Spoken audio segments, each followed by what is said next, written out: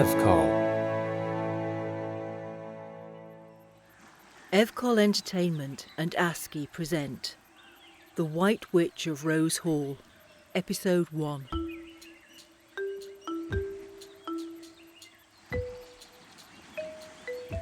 The sound of the West Indies, welcoming Robert Rutherford to the island of Jamaica.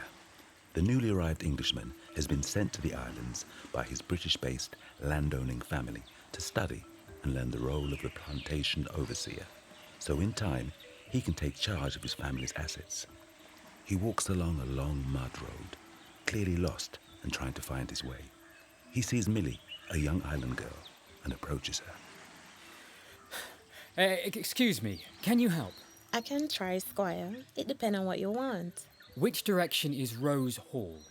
It's Plantation? I know of the place. Everyone here does. Well, as I'm new to these islands, I'd be grateful if you could tell me. Are you to work there? I'm not sure that's any of your business. Mr. Ashman, you know of him? I know of Master Ashman. I see. I need to meet with him. Now look, can you tell me how to get to Rose Hall, or should I ask someone else? I can tell you.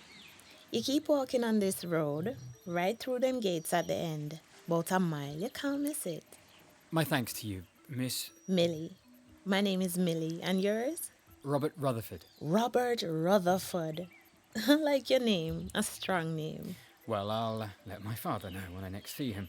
I must be on my way. I'll walk with you if you like. Thank you. No, I'm sure you've your own business to attend to. Maybe we'll see each other again and I can thank you for your kindness. It's a small island, Squire. We'll meet again. I'm sure we will. Goodbye, Miss Millie.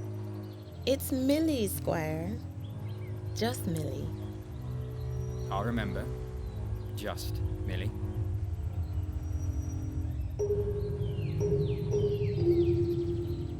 Meanwhile, further down the road, on the Rose Hall plantation, Mr. Ashman, the plantation manager, stands with the plantation's owner, Annie Palmer.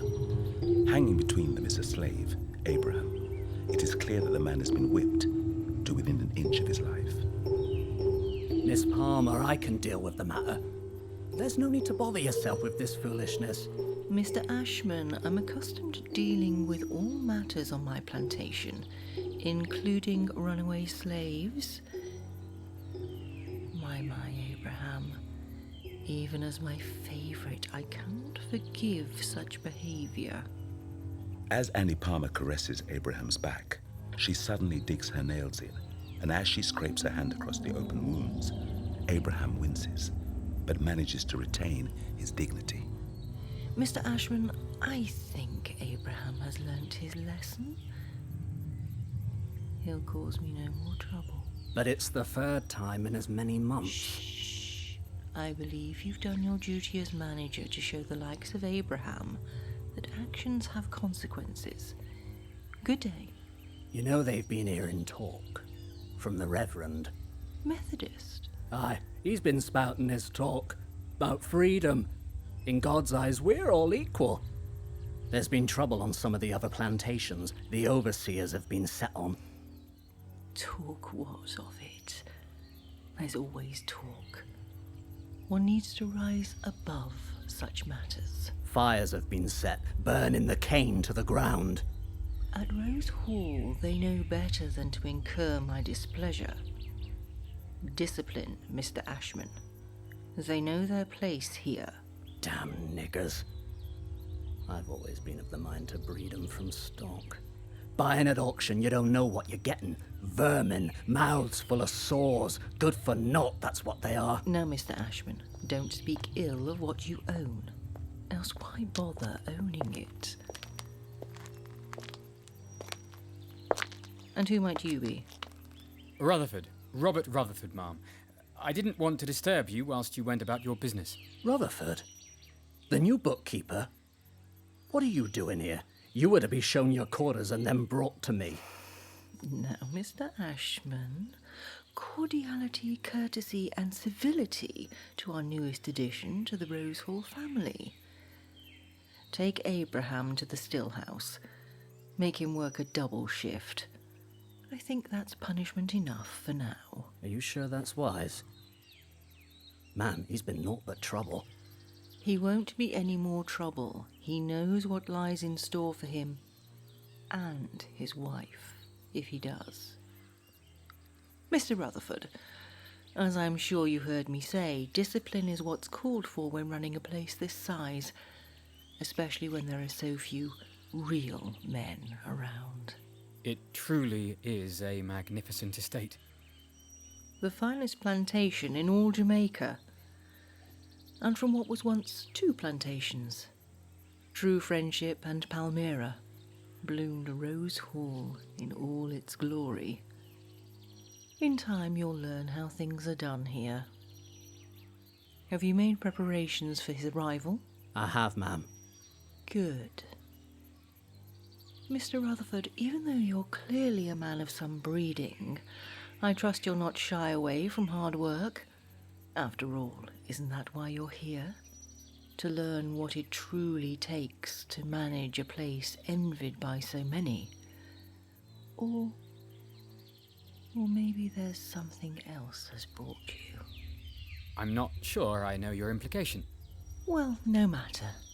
Time will tell in such a place as this. Time is something we have plenty of. Oh, and Mr. Ashman, I'm expecting urgent correspondence from London.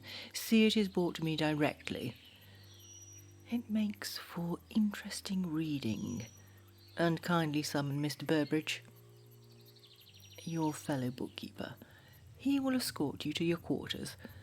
I trust you have brought suitable evening attire with you.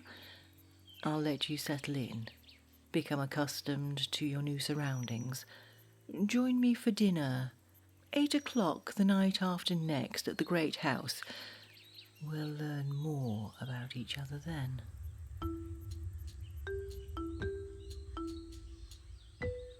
Psyche, a young domestic plantation worker, is cleaning Mr. Burbridge's quarters.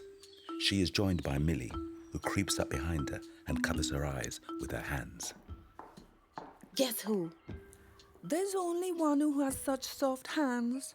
Not like me, whose fingers as rough as can be from cleaning. And what bring you here? I have my reasons. You need some help?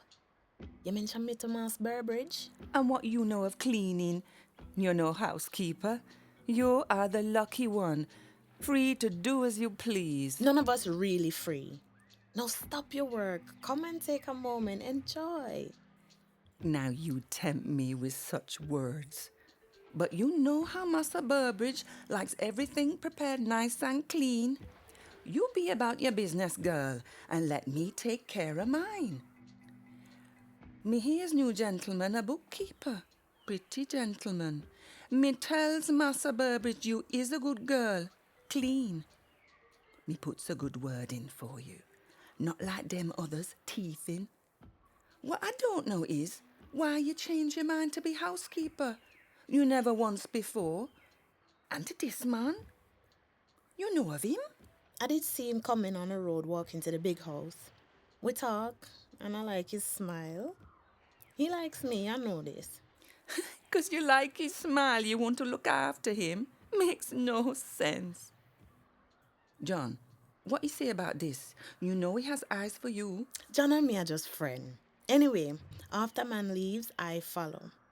You mustn't do that. I listen as he speaks to her, Miss Palmer. I know she has her eye on him. Mas Ashman see this and he's so mad. 3 husbands she slay, 3, and they let her get away with it. I see this man and I think he could be a good man, sweet. I can make him happy, be a good housekeeper for him. You get ideas beyond you. I try my best to do the right thing. I know ways on how to please him. But you still a virgin. How you know them ways? You better with your own kind. Me know what to do and how to please them, squire. But go on now. I'm working to make this place nice for Master Robert. And you are take up too much space. I need to go trash house, back later to wash clothes for Master Burbridge. If you push me again, I will beat you. All right. What I don't understand, Rutherford, is why come to be a bookkeeper in a place such as this? Well, Mr. Burbridge, although I do have some means, they're only enough for minor comforts. Well, as you will. Your circumstances are your business. And this is your room. I'm next door. This is Millie, who requested to become your housekeeper, and well, I'm not sure you know the ways here, but it is customary to keep a girl for your other needs. We have met. She kindly gave me directions. Other needs? Ah, of course, still finding your feet. A housekeeper, I have Psyche myself. Psyche? Her previous owners named her. She cooks and cleans for me, and when the need arises, she's there for my other needs. Not to offend, but I'd rather find someone for myself, if the need arises. Squire, you're not pleased with me? I know ways to please. Good cook, keep the place clean for you and me. The bed is good, but you... Now look. You're not pleased I changed my mind to become your housekeeper? I can help you. Right. Millie, I know you mean well, and I'm sure you can cook, clean, and do whatever it is you set your heart and mind to. It gonna be bad for me if you don't take me as your woman and get blessing. My woman? I thought we were talking about housekeeping. It's just the way of the island. If the man takes a woman, even for just a day, she needs the blessing of her family, else, well, she'll be considered loose. I'll collect the rest of your things and bring them. And flowers, they will brighten up the room. We'll see how this works out. Cooking, cleaning, that's fine, but nothing more. You find your own room to sleep in. As for a blessing, well, that's completely out of the question. Do you understand? Such a bad mood for such a gentle squire. Now go and get your trunk. By the time I get back, all this will be done. Look, old man, we really do need to be going. Ashman runs a tight ship, and already word has spread that you're invited to dinner at the Great House. He won't take kindly to that. I don't understand. Listen, between you and me, there are things you need to know. This place can be hell on earth if you let it get to you. I still don't understand. Rose Hall has a reputation, and Miss Palmer, well, there's history there. I'd imagine it's not easy running a plantation like this. I'm sure you'll hear of the stories sooner or later, but for now, just watch yourself, especially where voodoo is concerned. Voodoo? Obeah. The dark arts, power of the mind, sacrifices. I suggest you set aside some of your English skepticism and realize that things here are very different. Look. It's said Miss Palmer's supposedly well versed in such ways by her nanny. The nanny was a favourite of the high priestess at the court of King Christophe in Haiti. This training has given Annie great power. She's powerful enough to strike fear into her workers, at least. But that's just it. Fear is power. It's just superstitious nonsense. Anyhow, she's surely a Christian. She wears a crucifix around her neck. I didn't say she wasn't. Listen, just keep an open mind and watch yourself. Never leave your personal items around. Fingernails, hair, all of it. Burn them. It worries me that she's taken a liking to you. It's something I wouldn't wish on anyone. I hope that's not jealousy on your part. Well, be assured, I am delighted she barely notices me. Probably why I've survived this long. It's said she's had a preference for bedding her slaves, but now there's fresh white meat on hand. Are you saying I should decline her invitation to dinner? You just need to keep your wits about you. I'm sure she and Ashman have had their dalliances, but he's only there to manage Rose Hall and Palmyra. It seems to me that you're a different story. It sounds as though she's taken a shine to you, and therein might be where the trouble lies. Enough of this. You're to take the evening shift at the Still House. Thank you for telling me this. Telling is one thing. Making the right choices and protecting yourself, well, that lies with you. Sorcery and spirits, they run rife through these islands. Watch your back for your own good. That evening was Rutherford's first night supervising the Still House, where the rum is produced. The newcomer's clearly tired after his long journey, and combined with the island's heat, it's taking his best efforts to stay awake and alert. Listen, I may be new, but don't test my patience. Be about your work. Rutherford? Good evening, Mr. Ashman. Do come in. There's trouble brewing on Palmyra. Meetings between village elders. Miss Palmer might be distracted by other matters, but I've lived here too long to not read the signs. And you think something might happen here this evening? I know what I know, Rutherford. I've lived this long by listening to my gut, and it's telling me these niggers are up to something. And how do you propose we deal with them? treat them like human beings, perhaps. Your liberal idealism has no place here. You're here to do as you're told. To be a bookkeeper. Aye, to be a bookkeeper and work the shifts I give you. This is a business and needs to be run with a firm hand. But not necessarily a violent one. You'll see. A few weeks here will show you how this island really works. Now, keep your eye on this slot, and if I may be so bold as to suggest, don't show any leniency. Ashman leaves and Rutherford returns to his chair. A calm quiet returns, with only the gentle hum of the machinery and the crickets. Rutherford begins to nod off again. Then to one side we hear the sound of the blade being drawn from its sheath. The sound of a chicken being disturbed startles Rutherford, who looks around, but he sees nothing. He relaxes back in his chair. As Rutherford begins to drift off, his mind imagines a scene of a young girl being taught the dark arts by an elderly woman in a cloak. He starts as the image is so vivid. The young girl is being taught a childlike rhyme, which, although sounding juvenile, has a sinister connotation about it. Rutherford is suddenly awoken by the sound of creaking floorboards as someone approaches. Out of the darkness, Abraham approaches with a knife. He creeps towards where Rutherford is seated. Abraham moves around to the back of the chair and moves forward as if to cut Rutherford's throat. Rutherford hears him and grabs Abraham's arm.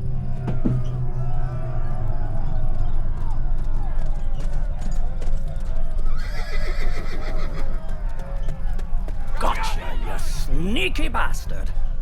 Rutherford, what did I tell you before leaving, eh? Watch 'em closely. They'll take advantage of any opportunity to show what bloody animals they really are. Are you all right, old man? I should have stayed with you, this being your first night and all. We don't have time to coddle newcomers, Mr. Burbridge. Tell 'em straight and pull no punches. This one's naught but trouble. Always has been. But he knows we don't take kindly to that here at Rose Hall. Mr. Ashman, I really do think... What I need right now, Mr. Burbridge, is for you not to think and just do as I say. Get that rope. Get 'em back to work. Now. Rutherford, you see that knife over there? I want you to get it. Look, you need to listen and learn, sir. That way you'll be spared a bloody death at the hands of the likes of this one. Now you take that knife and cut his Achilles tendon. Don't just nick it. You cut it right through. Are you sure you want to do that, Mr. Ashman? The workers are already restless. It's madness. A lesson needs to be taught here, Mr. Burbridge. Cut his tendons, both of them. No more running away. He might be a favorite, but tonight, he's mine. And once and for all, they all need to know who runs this place. I'm sure there's a better way to deal with this. Now, Rutherford, you need to show's the true master here. Cut his tendons. Rutherford tries again to cut the tendons as instructed, but his conscience is preventing him from doing what is being asked. Exasperated, Ashman grabs the knife, pushes the bewildered Rutherford aside, and swiftly and violently slashes at Abraham's ankle. Now, drag him to the hole.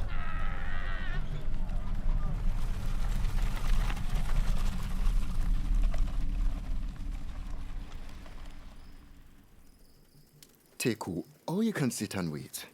Do not wait on the plantations. Trouble all over the island. No more whip, no more beating. It's time, Teku. You know it is time. To rush would be foolish. To shout too loud will not bring you what you want. You see what happens when you shout too loud and you're still helpless like a baby. But how much longer? You have respect, all our respect. We look to you and listen to your words. They wise words and they guide us well. But we're tired of waiting. What they did to Abraham, they take and take, but no more. The white man's king has passed a new law, and he must tell all that they soon free all Negroes in his entire kingdom. But no good law if it not happening on this island.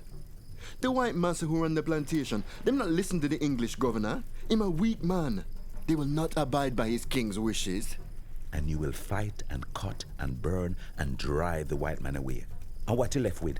How will this place run? You know how to run the lands? You not want change. Not sleeping shacks. Picnic gangs.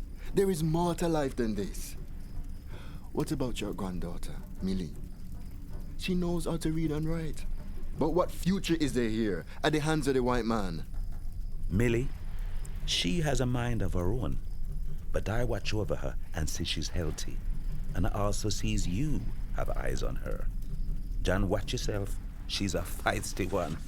We see. Maybe sometime soon. But not while she be housekeeper to this new man. Time, John. Give it time. But others, how many more like Abraham have to suffer before we see justice? You did not see what I saw. Our time will come. We will rise as one nation, like Christophe, who has promised arms and soldiers. But to shout as one man and not as a nation will do you no good. You must all go before they know you are here, and Teco is taken. Stay strong, for our time will be soon, very soon. Killing for killing will bear no fruit. We must think for after the white man has gone. We have a nation to build, and to start from violence will not serve us best. The gods must listen. We need their spirit and strength. If the white men don't obey their king's rules, then we will, Teku.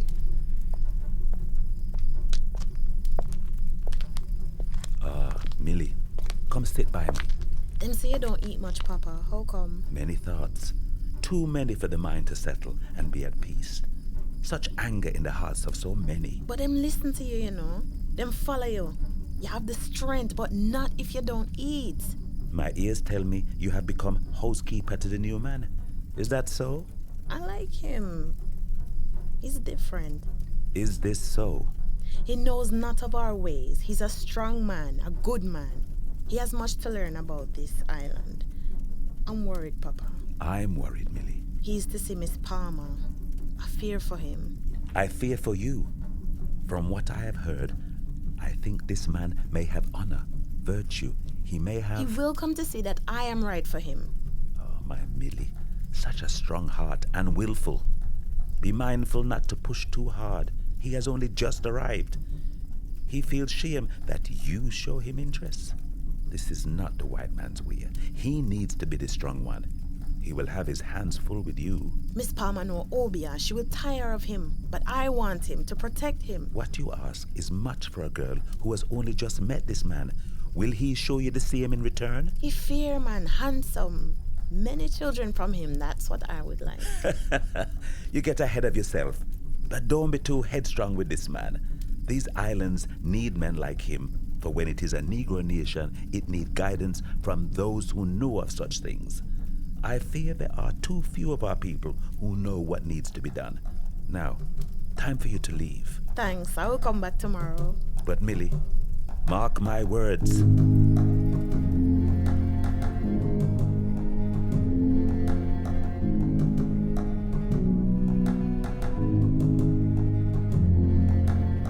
Abraham is tightly bound and sits alone in a cell. He is covered with sweat and blood. Ashman enters, holding a small bowl of water. He hands it out to Abraham, who reaches for it, only to have Ashman tip the water to the ground before he can reach it. Abraham tries to bend down to scoop up some of the water off the floor. Ashman places his boot on the man's shoulders and forces him to remain down. Now, Abraham, try as I might be patient with you, I fear that your usefulness is coming to an end. You know me, Miss Palmer. One of your best workers. Quiet! If I'd had my way, you'd have been strung up weeks ago. You're nothing more than an animal. Mr. Ashman, it's my command whether my slaves either live or die. Now, Abraham, we know each other well. The evenings we spent together, have you not enjoyed me? Yes, Miss Palmer. And I you. You were the only one who knew how to massage my pain away. Those nights when your strong hands kneaded my aching shoulders. You could have wrapped them around my small white neck and snapped me in two. But you knew better than to attempt such a thing. Now, Abraham, you need to calm yourself. I'm going to help you make the pain go away. Mosquito 1, mosquito 2, mosquito jump in the old man's shoe. The shoe too hot, he jump in a pot. The pot too cool, he jump in the hole. The hole too deep, he jump in the jeep. The jeep too fast, he jump in the grass. A old man pass and kick him in the ass. Now, Abraham, this blade has seen the end of many. Some close, others after they were no longer useful. Lovers whose sexual lure had dissipated. Slaves who no longer knew their place. Which one is you, Abraham? A lover? A slave? Maybe both. Whichever it is, you need to die.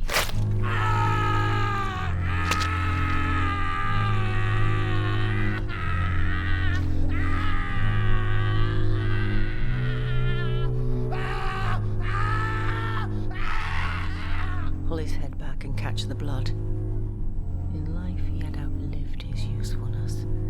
In death, well, there's another matter. Good night, sweet Abraham.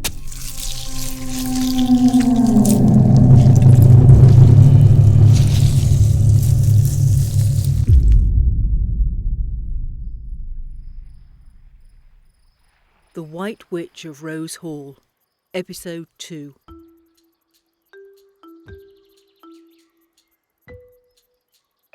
Millie carries a glass of juice into Rutherford's room. She places it on the bedside table. She gently rocks his shoulder. He grumbles, moves in the bed, but doesn't waken.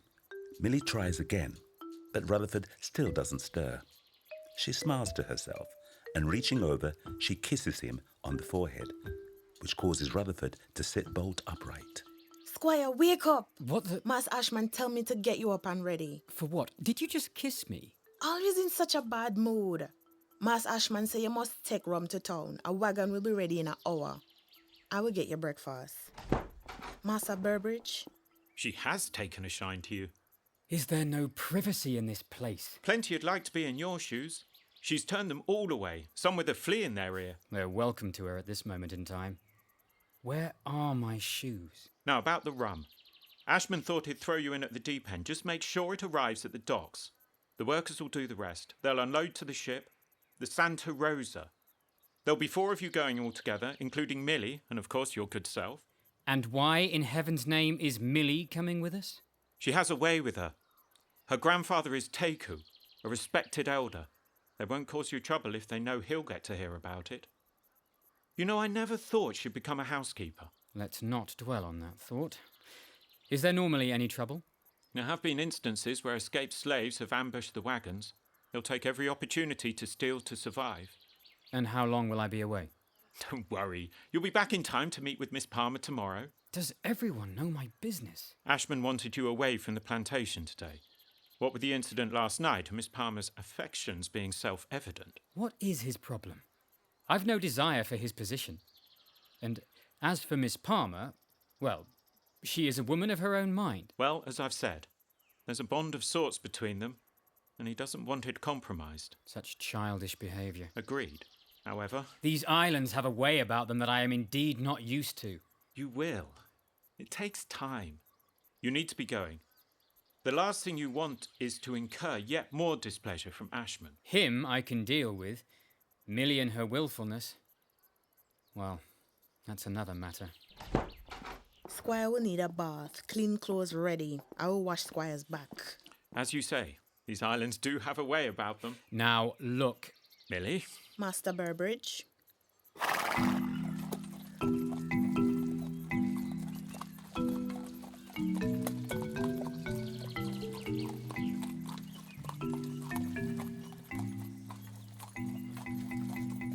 You need to keep water with you. The island heat is strong. Tell me, do you ever get used to it? It don't bother me. I stay in the shade.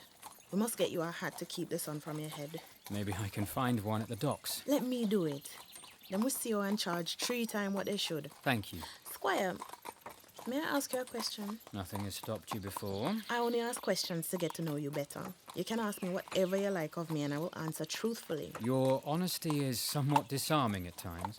Maybe that's why I like you. You like me? I like your vitality, your energy. It still doesn't mean we'll be sharing a bed together. Now, look. My question is, do you have a woman at home in England?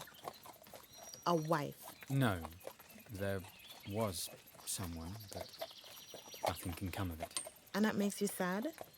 When one can't change something, one needs to move on and make the best of their situation. Take you, for instance. Does becoming a housekeeper to a bookkeeper better your situation? Burbridge seems to think it strange you have chosen this. You were a free girl. Why would you choose this life? Because you need me. It is you who changed my situation. I don't know what to say. I follow my heart and it leads to you. You're a strange one. Just, Millie. Maybe Squire think too much, but Millie says too much. Papa says so, but I'm quiet now.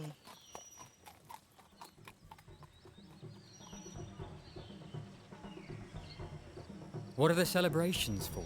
When rum is delivered, everyone is happy. I can see now why you wanted to come along. Oh, I come and go as I please. I come to watch over you. There really was no need. As you wish. But you know better, right? I know. Now it's time for you to try to dance. I really can't.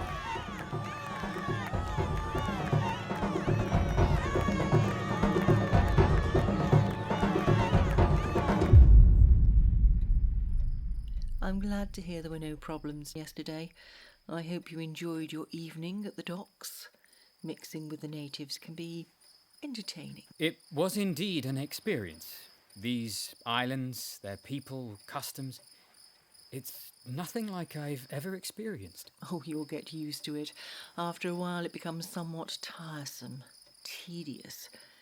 Especially when there's little real companionship to share the long hot days and cool island nights. But surely a woman such as yourself would have many courtiers, gentlemen fighting for your affections. As I've said, so few real men to converse with, be myself with. But you have been married. Ah, I see tongues have been wagging. I meant nothing by my remarks. Apologies if they come across as rude or impertinent.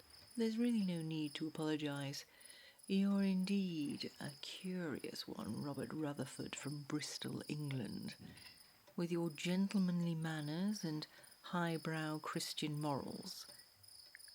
You want to know how a woman, a white woman, in a man's world, has managed to run a plantation as magnificent as Rose Hall in the face of such odds.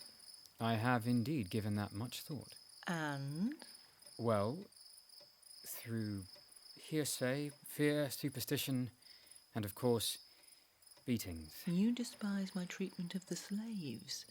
Surely when one owns something, it is theirs to do with as they please. I have never been of the mind that one person may own another.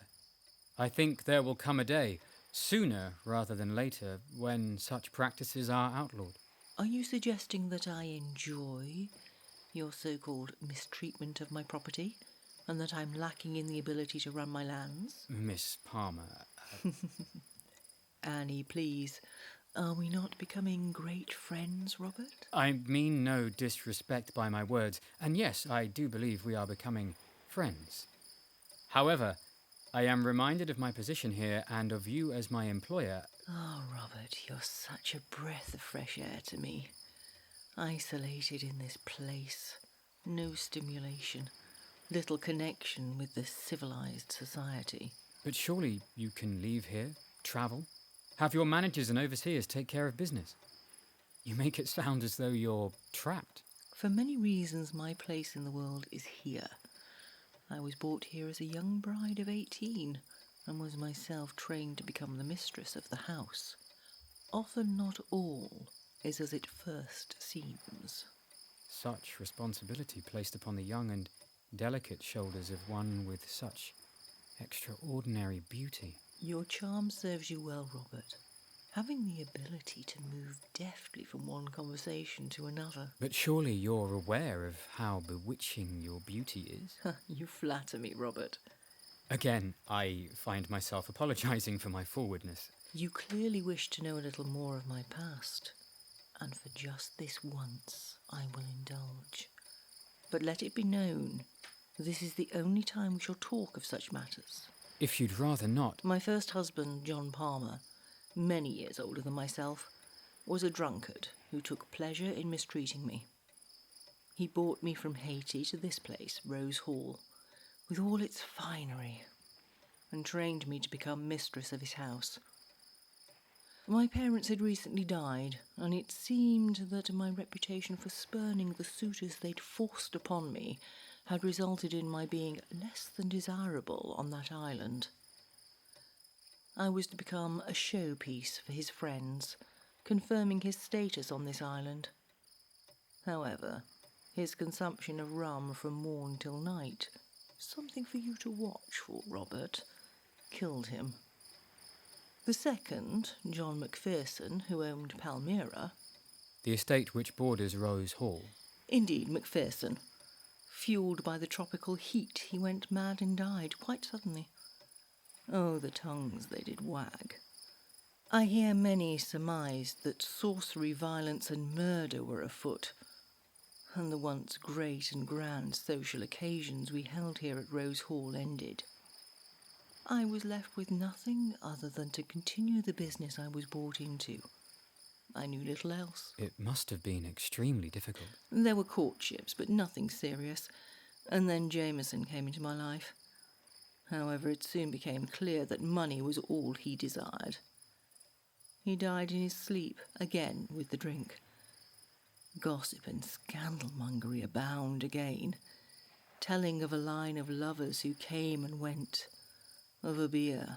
And is there any truth to these rumours? How could you say such a thing?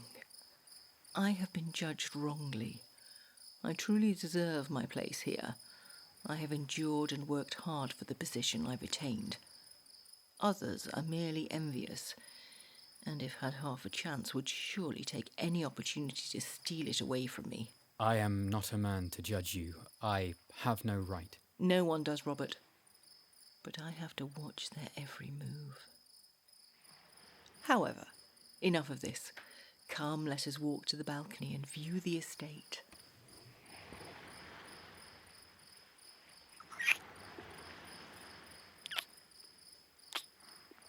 Say you'll never leave me, Robert. Let no one take you away from me. I'll curse the soul who comes between us. I have never met anyone like you.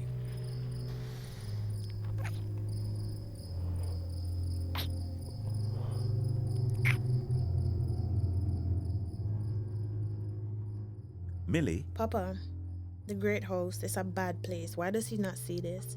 This man, Millie, I know your feelings for him are strong. Tonight I walk the estate and stop to visit. I find your rooms empty, and my heart brings me here to see you spying on him from the darkness. Surely this is not what you want. He is for me, Papa. And this man you give your heart to, he shares your feelings? Give him time to get to know me better. You think he's a good man. You say... Good for the future of these islands, but not for you. I not like you as housekeeper, Millie. Rose Hall, I wish you gone from it. Miss Palmer, if she sees you here, if she sees you with him, you will be in danger. It will happen. Trust me. But I'm not a real housekeeper, Papa. I see nothing but sorrow, Millie. But you can help me not to be angry with Squire. I will watch over you, Millie. But the white man, he has his own destiny to follow. Please don't leave.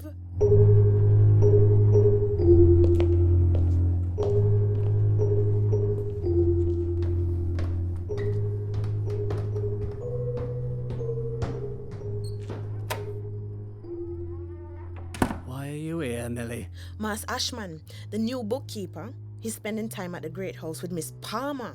I know he's there. What of it? Oh, I should take my hand to you for talking of such things. You don't know such thing. My grandpa, you hurt me and he'll see to you. I know all about your grandfather. He and Miss Palmer are well acquainted. He's helped her before, you know. Don't say such things. Oh, Takeo has been there, at the rituals. He's as much to blame as she. Maybe it's he who will curse your white man if he don't treat you right. That's not true. My grandpa's a good man. Watch what he says. He'll... What? Ha! What? He'll put a curse on me? What makes you think I care right now? Oh, it's late, Millie. I'm tired. Wait! What do you want? I know you and Miss Palmer have been friendly from time to time. And what of it? Well, if she likes the new bookkeeper and not you, well, she might turn you away. Impertinent little... Tell him about her. Tell him what she's like and turn him away. He and me can be good together, and you and Miss Palmer... You really think he'll listen to me? You people and your bloody simplistic ways. Why are you so angry and you don't want to help? He'll soon see what she's like. But then what are we to do? We? Tell you what. Keep an eye on Rutherford. Are you living in his quarters? Yes. Then go back there and wait for him. Does Miss Palmer know you're his housekeeper? No. If she did, all hell will break loose. You know that, don't you? I know, she's cruel. Well, be as it may. Now, you run along and make sure no one sees you. Leave matters with me.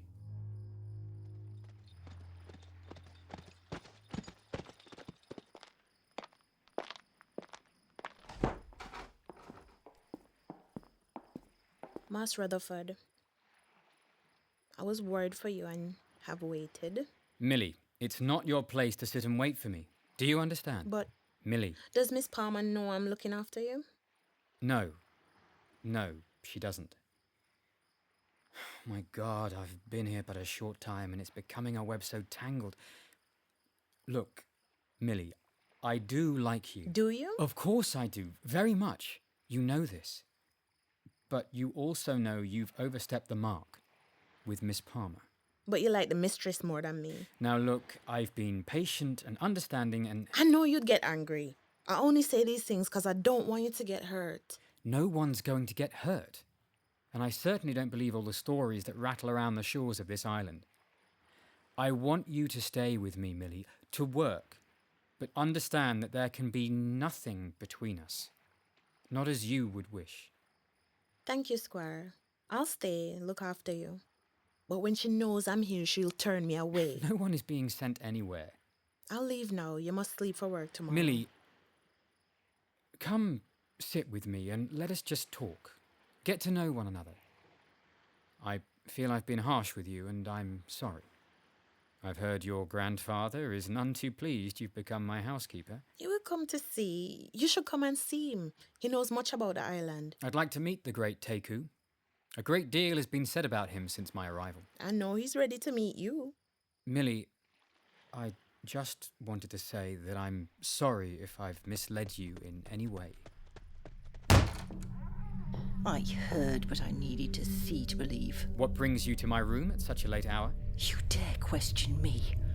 Really, Robert? Such manners are unbecoming of a gentleman. And this is how a lady behaves? So, you have Ashman's woman as your housekeeper. How cozy. If I'd known sooner, I'd have thought twice about extending my hospitality towards you. Ashman's woman? What are you talking about? I'm not Mas Ashman's woman. He met with me only this evening to hear my worry of Squire with you. How dare you speak in such tongue to me? I shall have you flogged within an inch of your life. Annie, enough. Robert, you should have spoken to me earlier of this.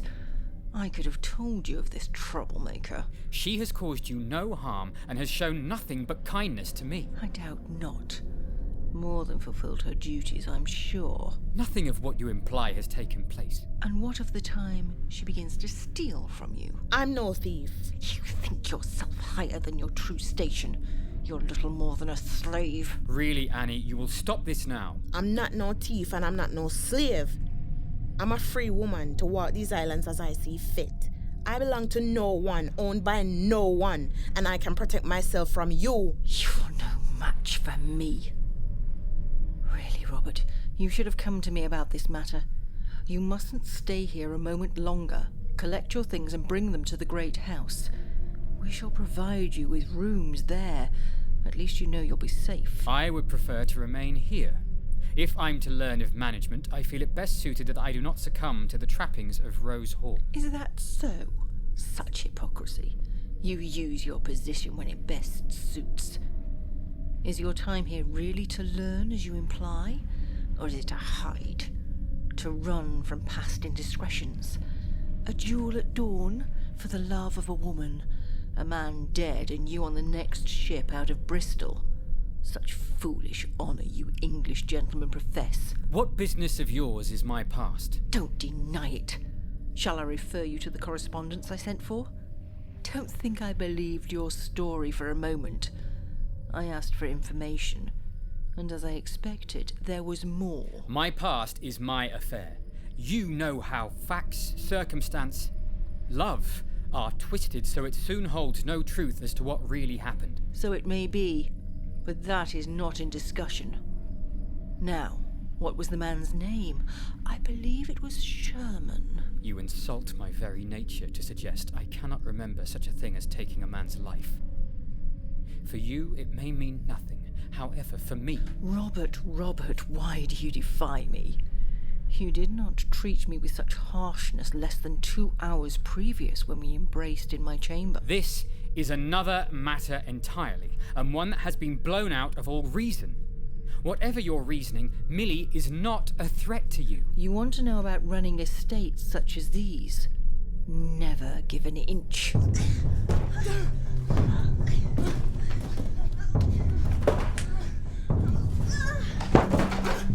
There'll be no need to strike the girl. Take who? Papa. I will take Millie with me. She's my grandchild and will cause you no harm. Why are you here? As with you, I listen to my heart, and it brings me to this place. I see I listened well. Papa, she said bad things about me with Squire. Such impudence. How can a gentleman be with you? Stop now, Millie. Be still. Miss Palmer, we did not know you would object to her being here, but we'll go, and this is an end to the matter. I'm not so sure that is the case. Be it known that if she's seen on my lands again, I'll have her hanged. Annie! When you have more knowledge of how things are done here, I'll hear what you have to say. But for now, Robert, 'tis best you hold your tongue, for my anger is at boiling. You foolish child, what have you done? I will not leave Squire, Papa. Such talk will bring death. But Papa, I have you to protect me. Let us be gone from this place while our hearts still beat. Child, thou hast angered me so.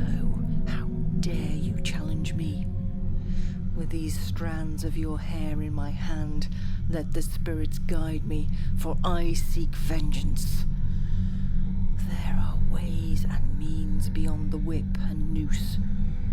It is death in another form, and it is beyond the laws of the land.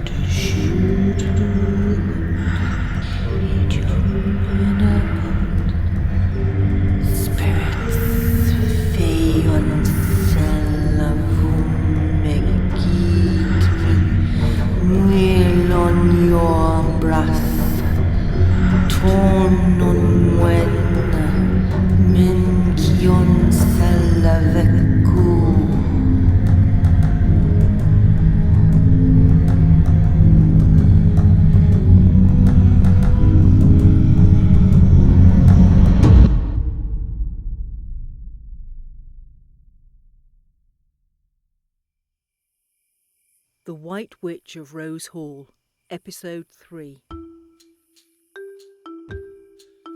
2 a.m. on day 7 of Robert Rutherford arriving at Rose Hall. Annie Palmer is agitated as she makes an effigy doll of Millie. As she sews and binds, Annie hears voices calling out to her. Her intense focus on her work is only broken when she answers the voices. From one of the cabinets, she pulls a bowl, the same bowl as Ashman held to Abraham's throat when she cut it earlier. As she applies some of the blood to the doll, her head is filled with the sounds of a voodoo drum beat and incantations. You fool, Robert. Teku, he blinds you. We've been through hell and high water. You cast me out. Have you lost all sense and decency? You white witch! Love, you pathetic creature. I know how to raise the spirits. Too much cruelty. You hold my past over me. Such a darkness. I scoff at your cowardice. Killings, burnings. How much more can we take? The workers are restless. You leave me cold. Idiot, moralistic, naive. You with blood on your own hands. I'll show you the consequences. I will answer to a higher power when my time comes. Annie, grabbing her shawl, walks out into the night. After a short while, she reaches her destination. She takes the doll and attaches it to a tree branch. She calls out to the one she knows has been following her. Mr. Ashman, should you wish to follow me and remain obscure from my ears, I suggest you learn to tread with a lighter foot. Gather together 2 or 3 of my slaves and bring them to me. But the hour is late, Miss Palmer. Surely you want them rested for work tomorrow? Do as I ask and do it now. The time has come for them to truly learn their place. As you wish. Mosquito 1, mosquito 2, mosquito 2. What is happening to me with witchcraft? Ghost horse? What witchcraft is this?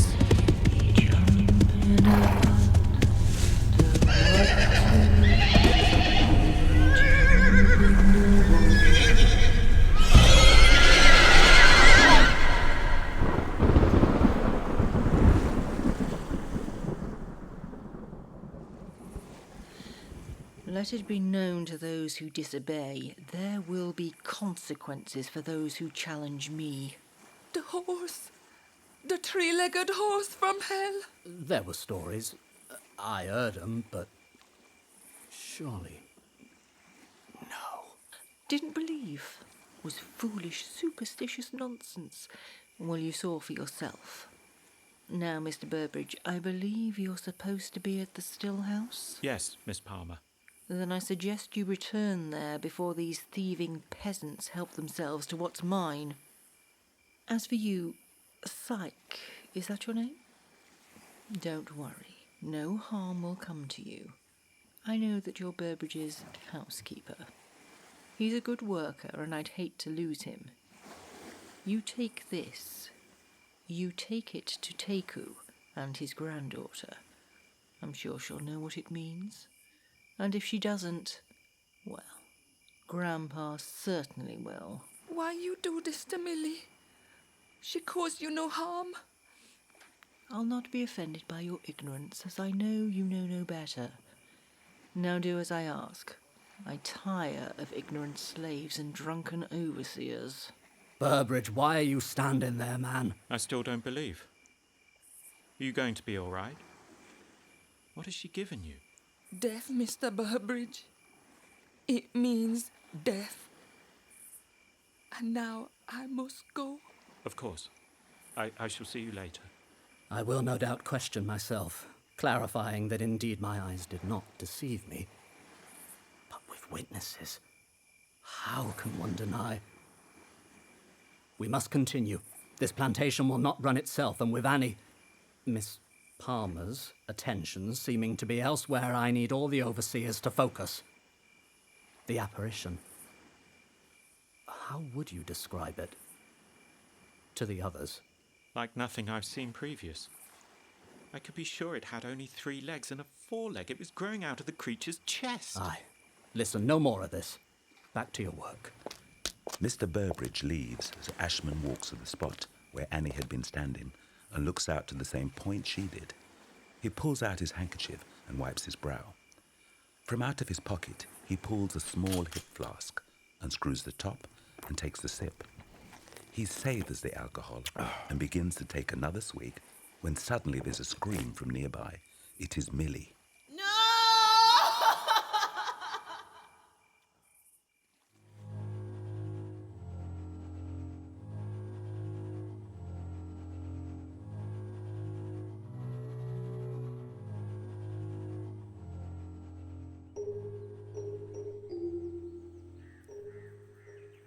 Mr. Rutherford, you're needed.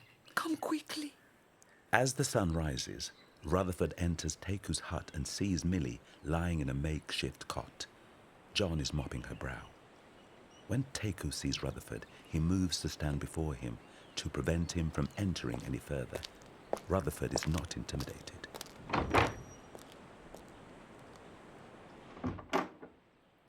Millie, what is going on? Psyche tells me some ridiculous story about a death curse. Not story, truth. Miss Palmer put death curse on Millie. This is mumbo-jumbo nonsense. If there is something wrong with her, why haven't you called a doctor? No white doctor will come to see Millie. They cannot help. Let me see her. Look, I can't help feeling somewhat responsible for this situation. Let me help. Please, Mr. Rutherford. Enough damage is done here.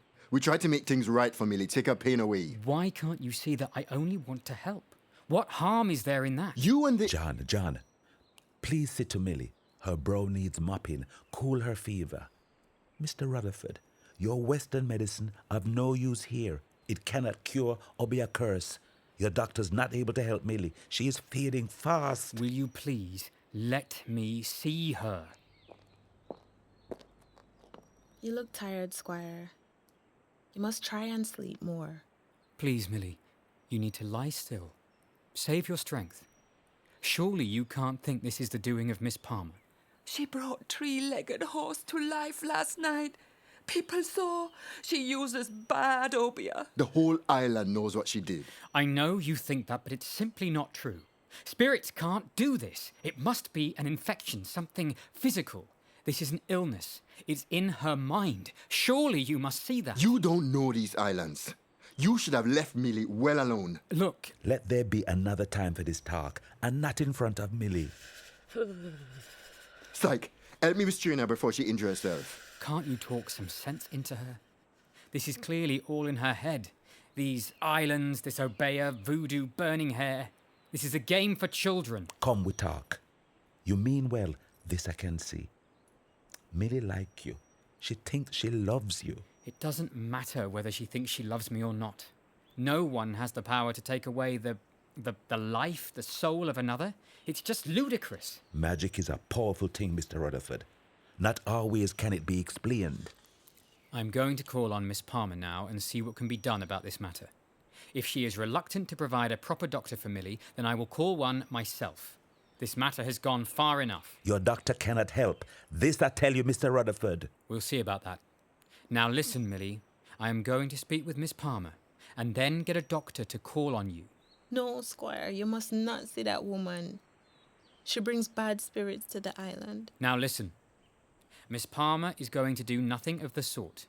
I want you to take heed of what I'm saying.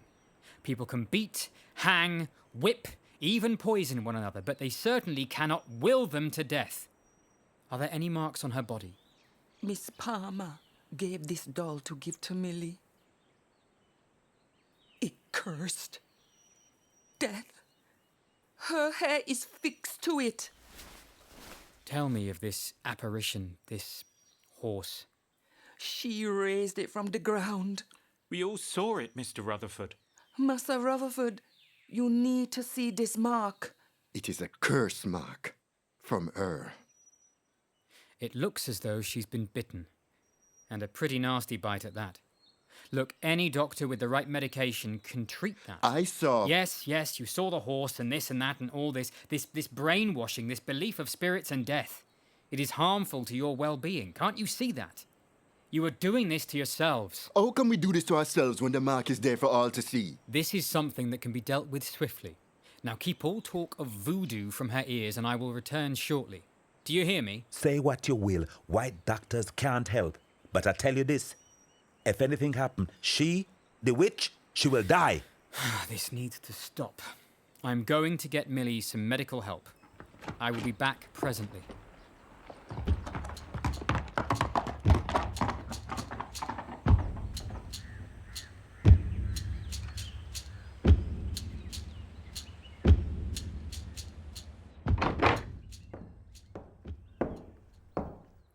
Dr. Andrews, I appreciate your take on this matter, but I need you to see her. I will pay if that is an issue. Mr. Rutherford, as I'm sure you're aware, there are many superstitions and practices here on the island that our Western medicine simply cannot help these people with. There isn't a doctor, or priest even, who can help you. Obeah, or voodoo, is, of course, illegal, but how do you police such things? I expected that sort of attitude from people like Teku, but from you, men of letters, of learning. You tell me the same. Be as it may, there's many a man who has laughed in the face of such events as you're seeing, who have then turned sickening shades of grey when they witness things they cannot explain. If the girl thinks she will die, then that is what will come to pass. Be certain, Dr. Andrews, that I am not one of those men. This young woman needs help, and I ask that you visit her immediately. Mr. Rutherford, I appreciate you trying to do the right thing, but I can assure you I can be of little use in this matter. I see that Mr. Burbridge is here. I've procured a horse for the doctor. I can take him now if he's ready. You're not listening to me. Neither you to me. Here. This should amply cover your time. Now, if you please, the girl needs medical help, proper medical help, and she requires it now. Mr. Burbridge here will provide you with safe escort to and from where she is. I will humour you on this occasion, Mr. Rutherford. Humour? I can assure you, sir, there is nothing remotely humorous about this matter.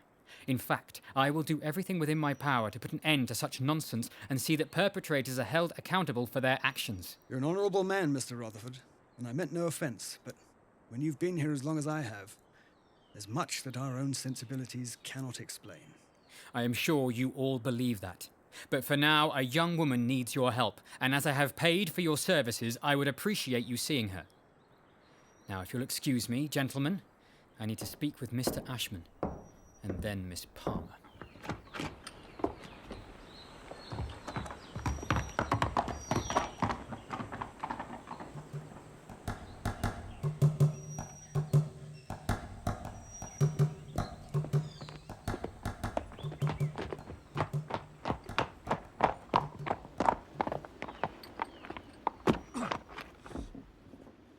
Why are you here, Rutherford? You were sent to Palmyra to check the supply stores. Mr. Ashman. I asked you a question. Why are you here? I think we both know the answer. And you? Don't start asking me about my business. I gave you specific instructions and I see you here clearly disobeying me. We are both fully aware of why I'm here and the cause of it. I don't give a damn for your reasons. You were given an order and you've taken it upon yourself to ignore me. You did give me an order, but I am disobeying it as there are more pressing matters to deal with. Oh, right. I see. The little man from Bristol.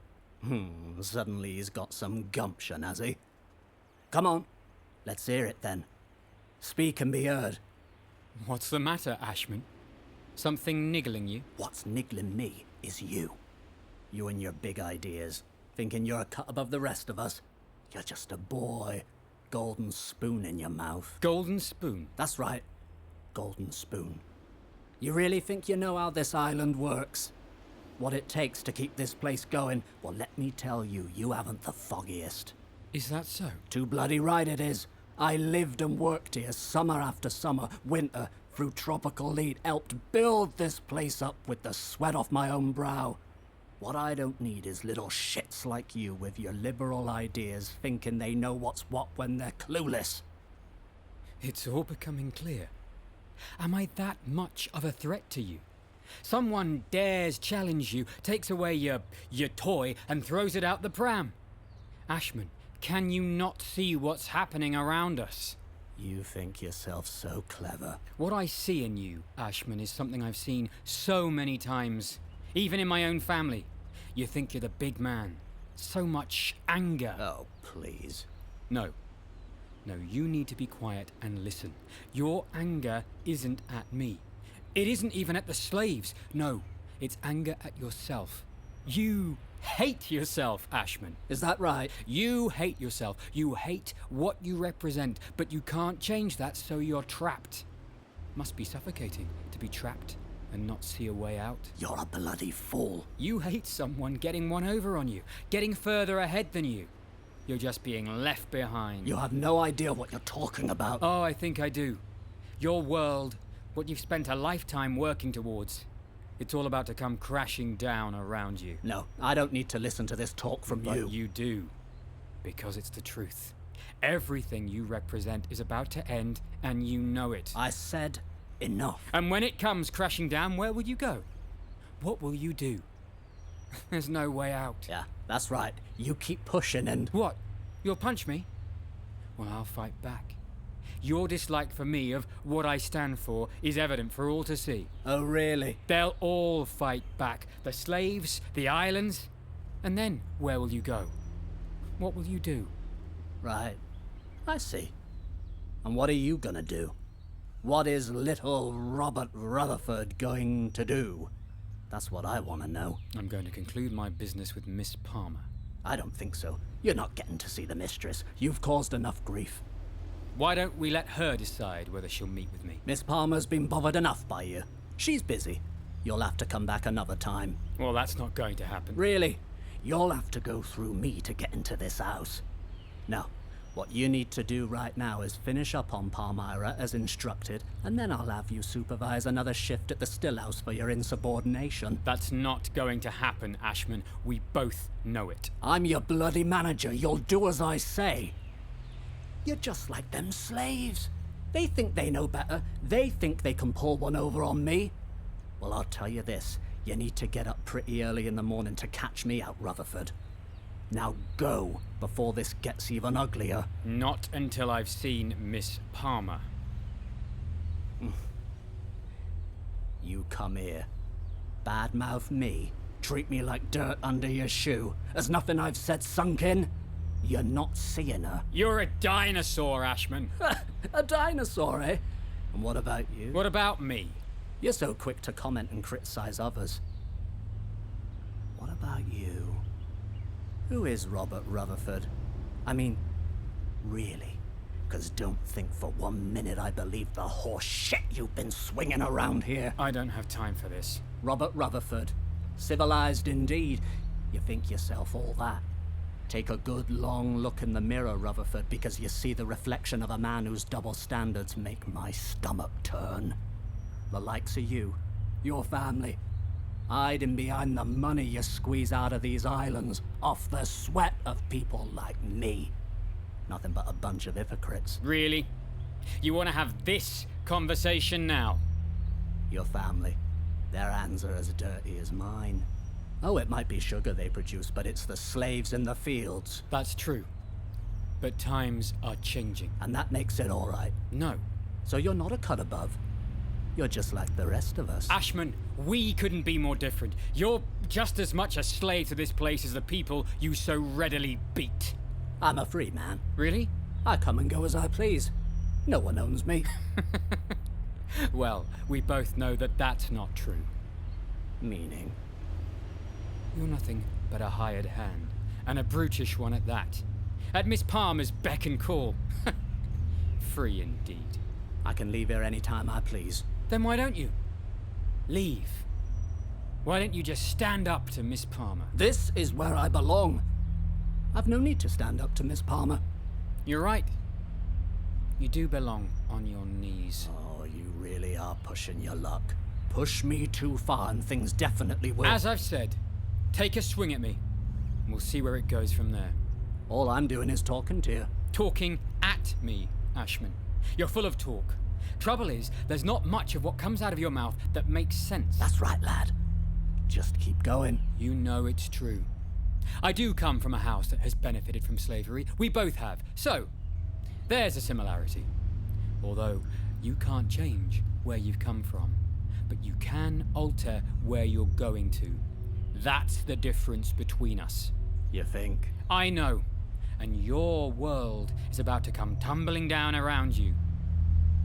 Now, I'm going to see Miss Palmer.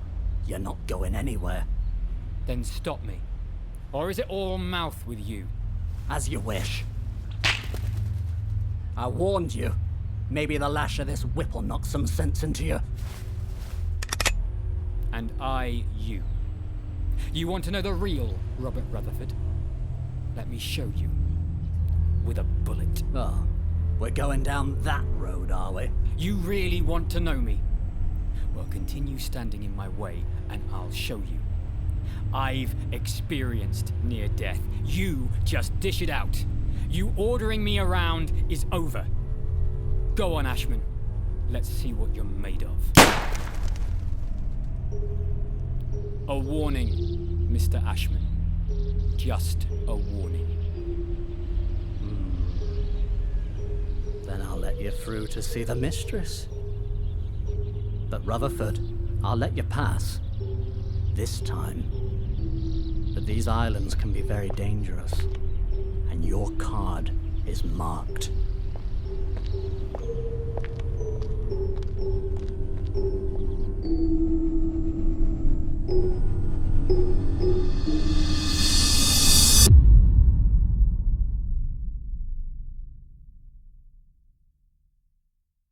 The White Witch of Rose Hall, Episode 4.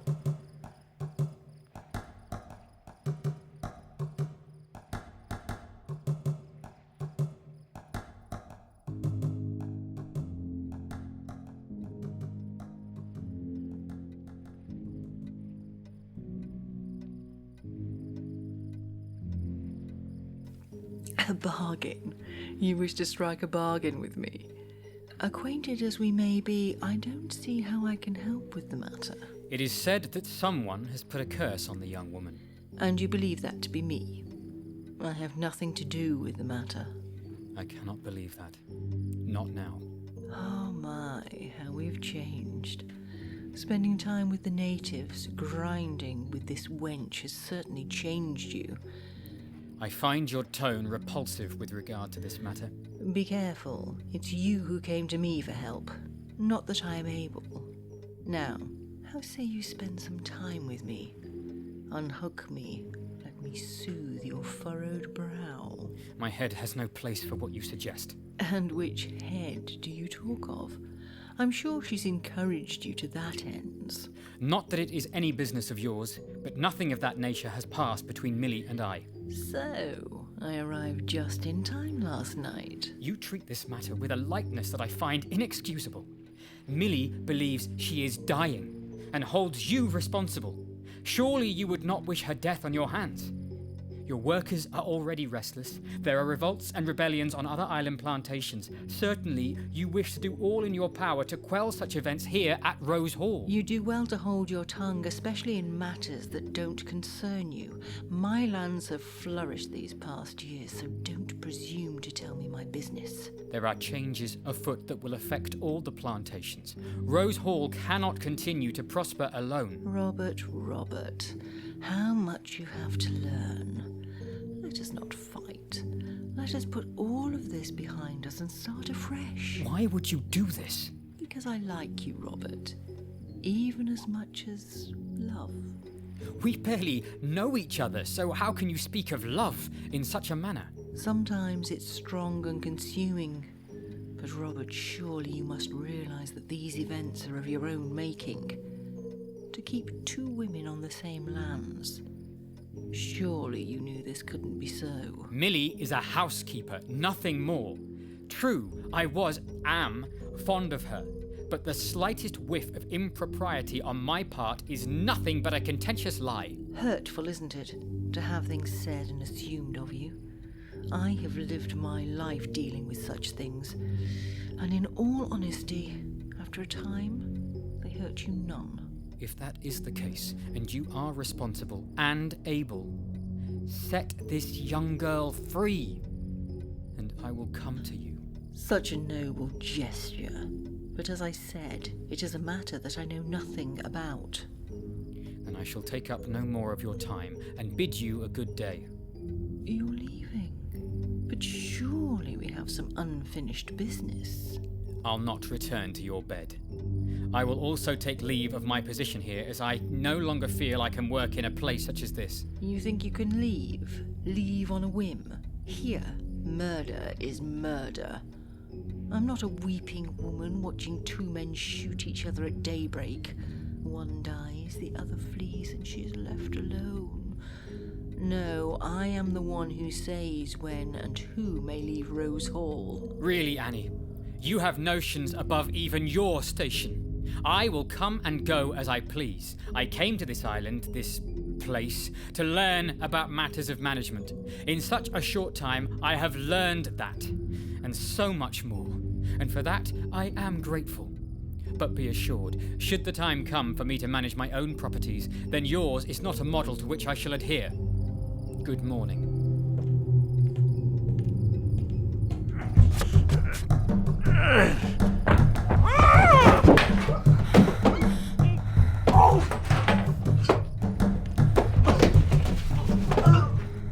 You play such games, grabbing hairs, using it on dolls such as this. You grabbed Millie's hair that night. You think you can do the same to me? You expect me to quiver and shake at the hands of someone like you? I have faced death before. Killing someone. I live with that burden every day. But you with your complete disregard for human dignity, attempt to hold that over me. You sicken me. I can see why you stay here, why you imprison yourself in this glorified tomb. No one wants you. No one cares for you.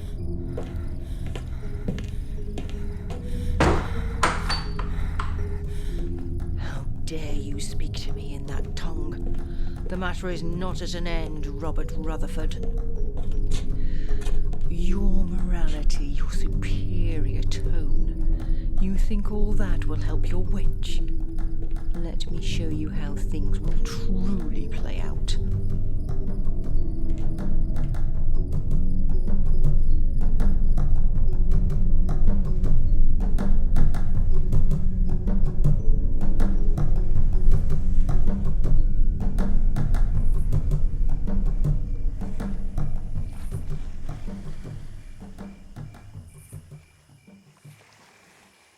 As nighttime settles across the islands, a handful of plantation workers gather at a voodoo shrine, where Teku attempts to use his powers to undo Annie Palmer's curse and save his granddaughter.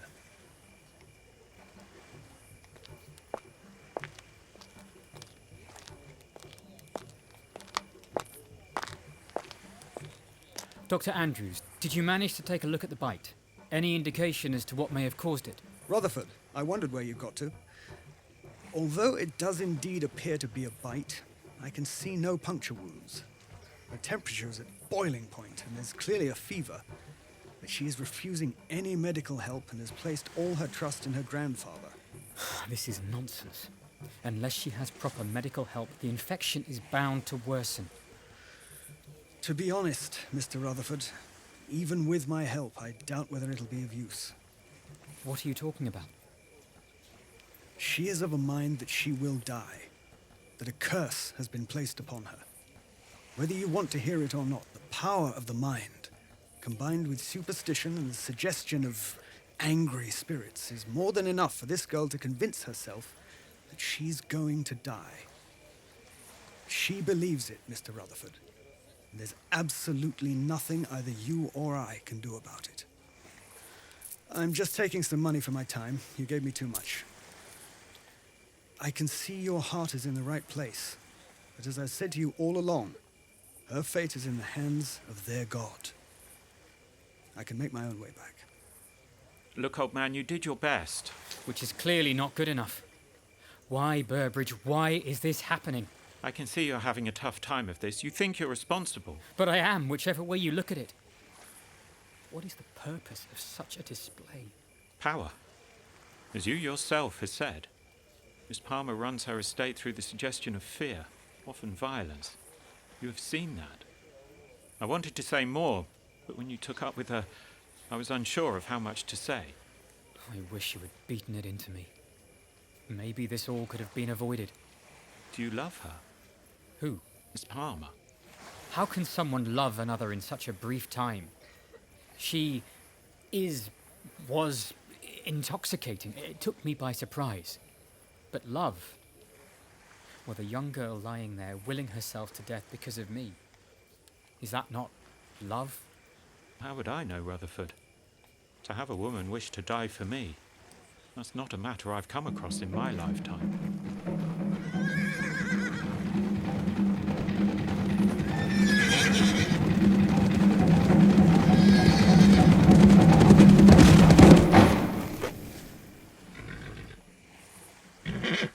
Miss Palmer, what are you doing here? Steady, Rutherford. Remember your place. As I am no longer in the employ of Rose Hall, I can say and do as I wish, Mr. Ashman. I suggest if you have had any part in the pain and suffering endured by this girl, you'd better watch your back. Is that a threat? A statement of fact. Robert, Do you feel it appropriate to show yourself here when it is said that you are the cause of such pain? if I listened to such talk, I should barely be able to lift my head. But as you can see, it is held high. Is the love of a girl like Millie such a threat to you? Or is it you who are the fearful one? Such perceptions.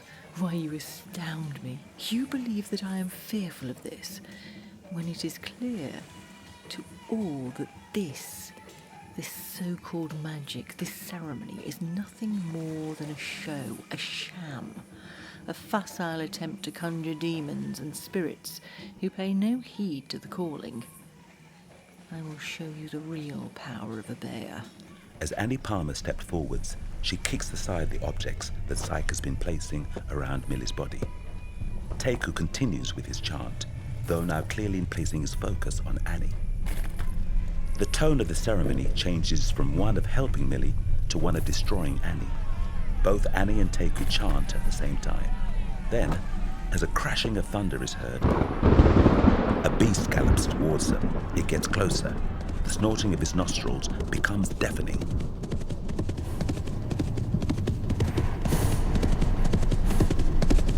What the? Rolling calf, may the spirits have mercy on your soul. I don't need mercy. Not from you, not from anyone. My task here is complete. The girl is dead.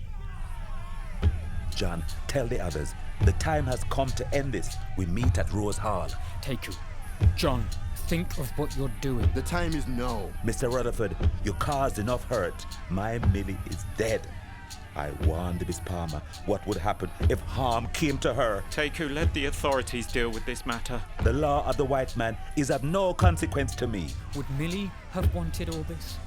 Would she have wanted you to do this? When I see her in the next life, I will ask. Rutherford, you're not to blame, man. Matters escalated out of hand. Nobody could foresee this outcome. Nobody.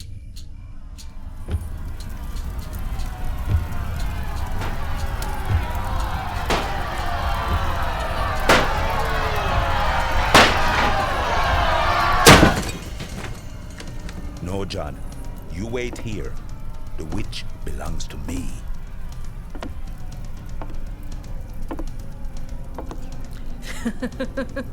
It takes an army of big, strong men to tackle me. Do you truly fear me that much? I told you what would happen if any harm came of Millie. You knew it would come to this. Is this what you wanted? You'll never know what I wanted, Teku. If this is my time to leave this cursed place, then so be it. We both know my journey doesn't end here. Annie faces Teku, a knife in her hands. Teku throws aside his staff and they begin to fight. Even though she is small, Annie outmaneuvers Teku, thrusting the knife in his direction. But then she catches him. You bleed like any other man. It'll be the last mark you make on anyone's skin. Annie thrusts forward with the knife again, but misses Teku, who grabs her by the neck and begins to squeeze. Annie Palmer struggles, her legs kicking out, her fists aiming at the old man but missing their mark. With one final burst of ferocity, she tries in vain to overpower his grip. However, after a few moments of her arms and legs lashing out, her body becomes limp in his hands, and as the life leaves her, Annie Palmer's body goes limp, and her head falls against Teiku's chest. There's nothing more he can take from me. As the islanders hear word that Annie Palmer has died, their voices begin to cheer. The White Witch of Rose Hall was no more. Through the crowd and burning building walks Mr. Ashman, himself covered with cuts and bruises. Entering what is left of the bedroom, he begins to make a move towards Teiku, but is stopped by John. He can see Annie's lifeless body still held by the neck. He cautiously moves towards Annie and tries to pull her away from Teiku. At first, the old man doesn't let go, but encouraged by John, he lets the body fall to the floor. Ashman stoops down and picks it up. He looks at Annie and then to Teiku. Our business here is ended. I did what needed to be done. But you and me, Mr. Ashman, we will meet again. And then we decide our fates. But for now, this night, the spirits may find some peace.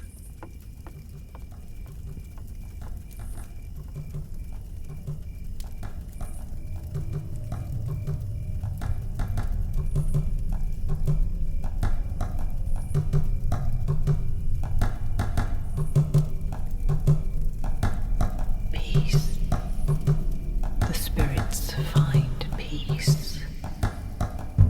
Fools. The spirits will never find peace at Rose Hall. Not now, not ever.